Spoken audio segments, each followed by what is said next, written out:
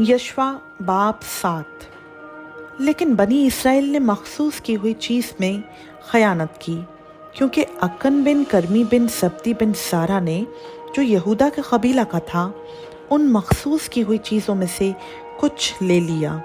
सो खुदावंद का कहर बनी इसराइल पर भड़का, और यशवा ने यरहू से आई को, जो बैतेल की मशरकी सिमत में बैत आवन के करीब वाक़ है, कुछ लोग ये कहकर भेजे कि जाकर मुल्क का हाल दरियाफ्त करो। और इन लोगों ने जाकर आई का हाल दरियाफ्त किया, और वो यशवा के पास लौटे और उससे कहा, सब लोग ना जाएं, फ़क़्त 2-3 हज़ार मर्द चढ़ जाएं और आई को मार लें। सब लोगों को वहाँ जाने की तकलीफ़ ना दे, क्योंकि वो थोड़े से हैं। चुनाचा लोगों में से 3,000 मर्द के करीब वहाँ चढ़ गए और आई के लोगों के सामने से भाग आए, और आई के लोगों ने उनमें से कोई 36 आदमी मार लिए, और फाटक के सामने से लेकर शबरीम तक उनको खदेड़ते आए और उतार पार उनको मारा। सो उन लोगों के दिल पिघल कर पानी की तरह हो गए। तब यशवा और सब इस्राएली बुजुर्गों ने अपने अपने कपड़े फाड़े और खुदावंद के अहद के संदूक के आगे शाम तक ज़मीन पर औंधे पड़े रहे और अपने अपने सर पर खाक डाली।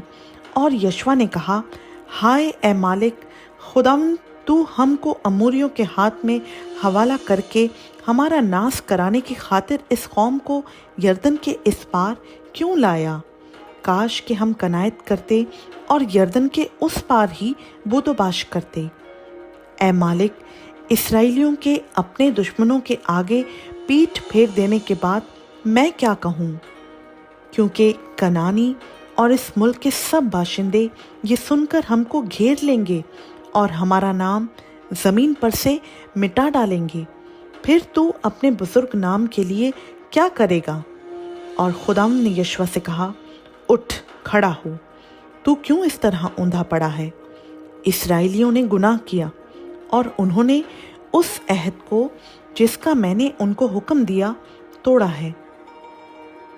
उन्होंने मखसूस की हुई चीज़ों में से कुछ ले भी लिया और चोरी भी की और रियाकारी भी की और अपने असबाब में उसे मिला भी लिया। इसलिए बनी इसराइल अपने दुश्मनों के आगे ठहर नहीं सकते। वो अपने दुश्मनों के आगे पीठ फेरते हैं, क्योंकि वो मलाउन हो गए। मैं आगे को तुम्हारे साथ नहीं रहूँगा जब तक तुम मखसूस की हुई चीज़ को अपने दरमियान से नेस्त ना कर दो। उठ, लोगों को पाक कर और कह कि तुम अपने को कल के लिए पाक करो, क्योंकि खुदावंद इस्राएल का खुदा यूँ फरमाता है कि ए इस्राएलियों, तुम्हारे दरमियान मखसूस की हुई चीज़ मौजूद है। तुम अपने दुश्मनों के आगे ठहर नहीं सकते जब तक तुम उस मखसूस की हुई चीज़ को अपने दरमियान से दूर ना कर दो।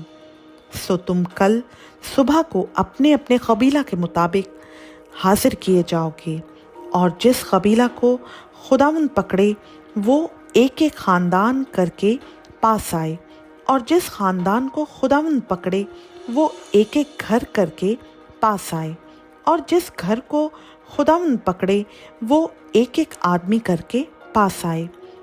तब जो कोई मखसूस की हुई चीज़ रखता हुआ पकड़ा जाए, वो और जो कुछ उसका हो सब आग से जला दिया जाए, इसलिए कि उसने खुदावंद के अहद को तोड़ डाला और बनी इसराइल के दरमियान शरारत का काम किया। बस यशवा ने सुबह सवेरे उठकर इस्राएलियों को कबीला बा कबीला हाजिर किया, और यहूदा का कबीला पकड़ा गया। फिर वो यहूदा के ख़ानदानों को नज़दीक लाया और ज़ारा का ख़ानदान पकड़ा गया। फिर वो ज़ारा के ख़ानदान के एक एक आदमी को नज़दीक लाया और ज़ब्ती पकड़ा गया। फिर वो उसके घराने के एक एक मर्द को नज़दीक लाया, और अक्कन बिन कर्मी बिन सब्ती बिन सारा, जो यहूदा के कबीला का था, पकड़ा गया। तब यशवा ने अक्कन से कहा, ऐ मेरे फर्जंद, मैं तेरी मिन्नत करता हूँ कि खुदावंद इस्राएल के खुदा की तमजीद कर और उसके आगे इकरार कर।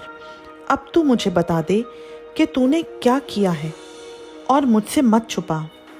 और अक्कन ने यशवा को जवाब दिया, फ़ी अल हकीकत मैंने खुदावंद इसराइल के खुदा का गुनाह किया है और ये मुझसे सरजद हुआ है कि जब मैंने लूट के माल में बाबल की एक नफीस चादर और 200 मिस्काल चांदी और 50 मिस्काल सोने की एक ईंट देखी तो मैंने ललचा कर उनको ले लिया, और देख वो मेरे डेरे में ज़मीन में छुपाई हुई हैं और चांदी उनके नीचे है।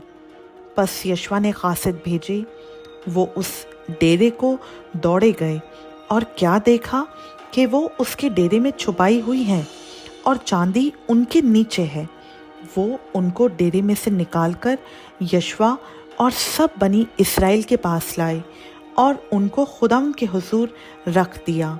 तब यशवा और सब इस्राएलियों ने ज़ारा के बेटे अक्कन को और उस चांदी और चादर और सोने की ईंट को और उसके बेटों और बेटियों को और उसके बैलों और गधों और भेड़ बकरियों और डेरे को और जो कुछ उसका था सबको लिया और वादिये अकूर में उनको ले गए।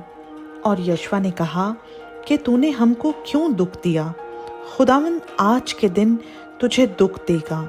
तब सब इस्राएलियों ने उसे संसार किया और उन्होंने उनको आग में जलाया और उनको पत्थरों से मारा, और उन्होंने उसके ऊपर पत्थरों का एक बड़ा ढेर लगा दिया जो आज तक है।